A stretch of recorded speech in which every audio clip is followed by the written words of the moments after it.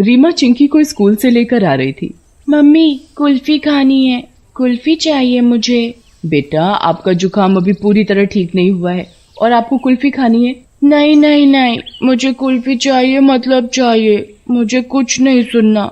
और जोर जोर से रोने लगती है। अच्छा बाबा चुप करो, भैया 2 कुल्फी देना जरा। कुल्फी वाला रीमा को कुल्फी देता है और रीमा उसे पैसे देती है। फिर दोनों घर आ जाते हैं। रात को रीमा का पति थका हारा घर आता है। क्या हुआ आपको, इतने दुखी क्यों हो आप? काफी थके हुए भी लग रहे हो, खाना लाऊं? नहीं, मुझे भूख नहीं है। अरे ऐसा क्या हो गया जो आपकी भूखी मर गई? मेरी नौकरी छूट गई। क्या? कैसे? मतलब कैसे छूट गई?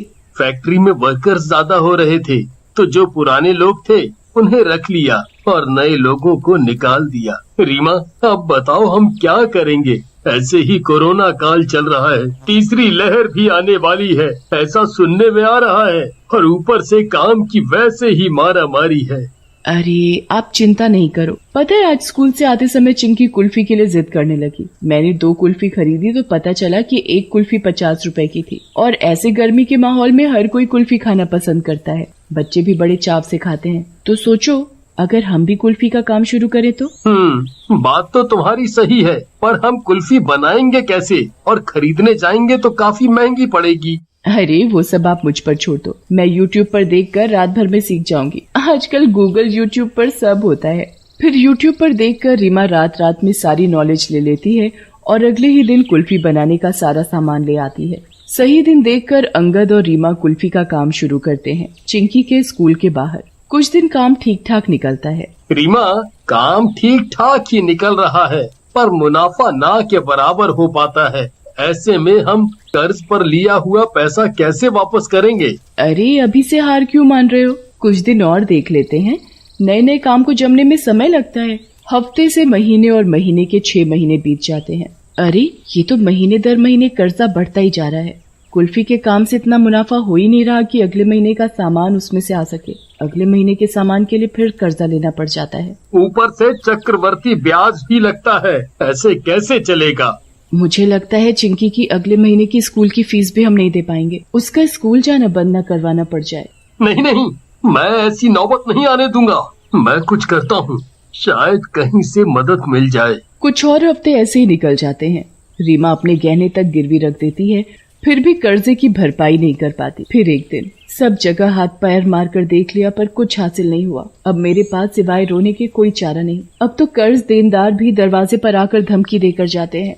मैं इस जिल्लत भरी जिंदगी से तंग आ गई हूँ। रीमा का दुख इतना हावी हो जाता है उस पर कि वो ये भूल जाती है कि उसकी एक बेटी भी है जो कि अभी छोटी है, और बिना कुछ सोचे समझे वो जहर खा लेती है और तड़प तड़प कर उसकी जान निकल जाती है। इधर कुल्फी की दुकान पर अंगद रीमा का इंतजार कर रहा होता है। आज ये रीमा क्यों नहीं आई अब तक? वैसे तो इस समय तक घर का सारा काम धाम निपटा कर वो आ जाती है मेरी मदद करवाने। तभी अंगद को एहसास होता है किसी के रोने का। अंगद यहाँ वहाँ देखता है पर कोई नहीं दिखता उसे, और दिखता भी कैसे? ये तो रीमा की आत्मा थी जो सिसक सिसक कर रो रही थी। आज मेरी कुल्फी की दुकान अच्छी चलती तो मुझे अपनी जान न देनी पड़ती। ये लोग इतने जालिम होते हैं कि किसी की तकलीफ नहीं समझते। जब अंगद घर पहुँचता है तो रीमा का नीला शरीर देखकर फूट फूट कर रोता है। अकस्मात दर्दनाक मौत के कारण रीमा एक चुड़ैल बन जाती है।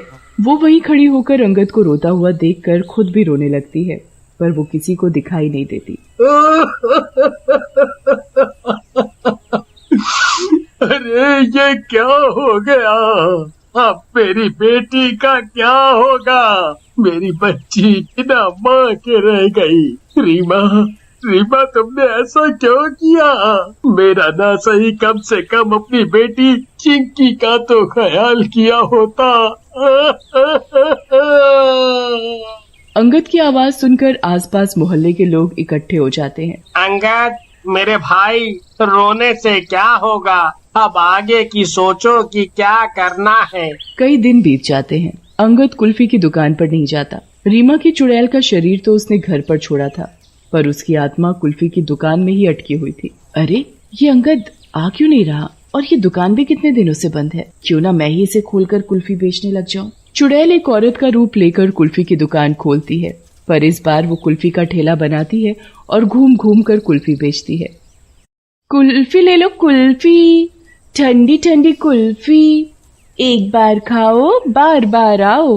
तभी कुल्फी वाली की आवाज सुनकर एक ठरकी बुढ़ा वहां जाता है। अरे कुल्फी वाली, एक कुल्फी जरा मुझे भी खिलाती जा, जरा मैं भी तो इस रसमलाई जैसे हाथों का स्वाद चखूं। बूढ़ा जैसे ही कुल्फी वाली का हाथ पकड़ने के लिए आगे बढ़ता है, कुल्फी वाली एक भयंकर चुड़ैल रूप में आ जाती है। अरे मर गए रे, अरे मैं तो भाग भी नहीं सकता। अरे अरे छोड़ दे मुझे, 2-4 दिन बुढ़ापे के बचे हैं, सोचा इन्हें हंस खेल कर निकाल दूं। मुझे क्या पता था हंसना खेलना इतना महंगा पड़ जाएगा। मुझे जाने दे, मेरे छोटे छोटे नाती पोते हैं। एक शर्त पर जान छोड़ूंगी तेरी। बोलो बोलो चुड़ैल रानी, क्या शर्त है? ये चिंकी की कुल्फी नाम से पूरे शहर में कुल्फी बेचकर आनी पड़ेगी और ज्यादा से ज्यादा मुनाफा कमा कर लाना होगा 1 महीने तक। अगर तू इस दुकान को घाटे से मुनाफे में बदल पाया तो तेरी जान तेरी वरना मेरी। हाँ, जरूर चुड़ैल जी, मैं कुछ ना कुछ करके सब कर दूंगा। बुढ़ा फिर हिलते डुलते घर आ जाता है। मैंने जान बचाने के लिए बोल तो दिया, पर इस चुड़ैल की कुल्फी पूरे शहर में बेचूंगा कैसे? फिर बुढ़े को एक आइडिया आता है। वो अपने बेटे को बुलाता है। बेटा सुन, मैंने क्या सोचा है कि क्यों ना मैं पूरे शहर में कुल्फी बिकवाऊं, वैसे भी पूरा दिन खाली बैठा रहता हूँ। अरे पापा, आप क्यों बेचोगे?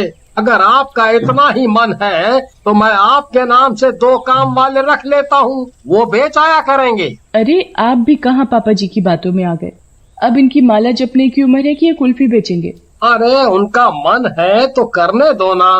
फिर सब कुछ वैसा ही होता है। देखते ही देखते चुड़ैल की कुल्फी पूरे शहर भर में मशहूर हो जाती है। अब चुड़ैल कुल्फी के ठेले की जगह पहले वाली दुकान को ही बड़ा कर लेती है और ज्यादा से ज्यादा लोग उसकी दुकान पर आने लगते हैं। जो भी मुनाफा बचता वो अंगद के दरवाजे पर रख जाती। अब इससे चिंकी की पढ़ाई भी चालू हो पाएगी और अंगद घर का खर्च भी चला पाएंगे। अरे रोज रोज ये पैसों की पोटली कौन रख जाता है मेरे दरवाजे पर? एक दोपहर कुल्फी का पर्चा अंगद के हाथ लगता है। अरे ये तो मेरी दुकान का एड्रेस है, पर ये सब क्या हो रहा है? मैं तो घर पर बैठा हूँ, तो मेरी दुकान के लिए काम कौन कर रहा है? उस दिन वो चिंकी के साथ कुल्फी की दुकान पर जाता है। मैं तो कई हफ्ते से दुकान पर नहीं आया, पर दुकान की हालत देखकर तो लगता है कि यहाँ रोज साफ सफाई होती है, जरा भी धूल मिट्टी नहीं है। तभी उसे दुकान में किसी के आने की आहट होती है। अरे आवाज तो किसी की आ रही है, पर दिखाई क्यों नहीं दे रहा कोई? कौन है वहाँ? सामने आओ। तभी अंगद देखता है कि कुल्फी बनाने वाली मशीन खुद ही चलने लगती है और कुल्फी के बर्तन अपने आप काम करने लगते हैं। ये हो क्या रहा है मेरी दुकान में? अब अंगद को उन अजीबो गरीब हरकतों से डर लगने लगता है। कौन है वहाँ पर? अंगद लगातार पूछता रहता है। चुड़ैल बिना कोई जवाब दिए अपना काम करती रहती है। इससे पहले कि ये सारी हरकतें देखकर चिंकी डरे, वो चिंकी का हाथ पकड़कर वहाँ से बाहर भाग जाता है। कुछ तो गड़बड़ है इस दुकान में, पर क्या? ये तो मुझे पता करना ही पड़ेगा।